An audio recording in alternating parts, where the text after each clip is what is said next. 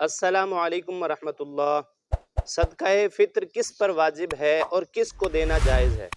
सदका फ़ित्र के हक़दार कौन हैं, मसारिफ़ कौन हैं?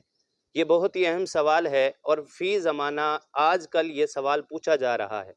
मुझसे भी एक भाई ने सवाल किया कि मैं सदका फ़ित्र कितना है और मैं किस को अदा करूं? तो इसका जवाब ये है कि सदका फ़ित्र हर उस शख्स पर वाजिब है जिसे ईद का दिन मिले और वो शख्स बालिग हो और मालिक निसाब हो।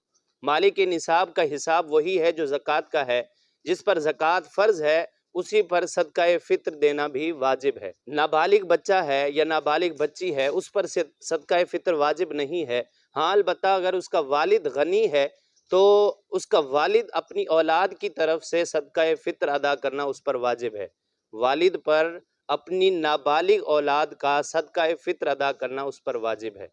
और सदका फ़ित्र किसे दिया जाए, इसका उसूल यही है कि जो ज़कात का है, ज़कात के मसारिफ़ जो हैं वही सदका फ़ित्र के मसारिफ़ हैं।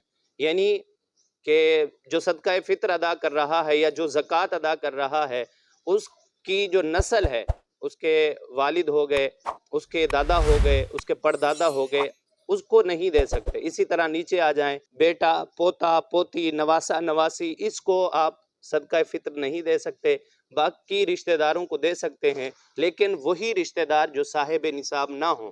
जो साहिब निसाब हैं उन्हें आप सदका फ़ित्र नहीं दे सकते। इसी तरह सैयदों को न सदका फ़ित्र दिया जा सकता है ना ही ज़कात दे सकते हैं। अगर किसी पर सदका फ़ित्र वाजिब नहीं है और वो अदा करता है तो उसका सदका फ़ित्र अदा हो जाएगा। ऐसा नहीं कि अदा नहीं होगा, अदा हो जाएगा।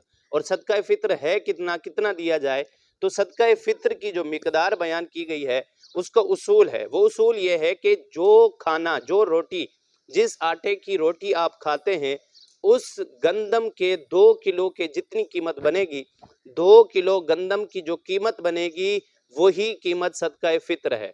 वही कीमत अदा करना वो सदका फ़ित्र है। वो चाहे आपके इलाके में 300 हो, 320 हो, 2 किलो की जो रकम बनेगी वही सदका फ़ित्र अदा करना वाजिब है। उम्मीद है कि बात समझ आ गई होगी। अल्लाह पाक अमल की तौफीक अता फरमाए।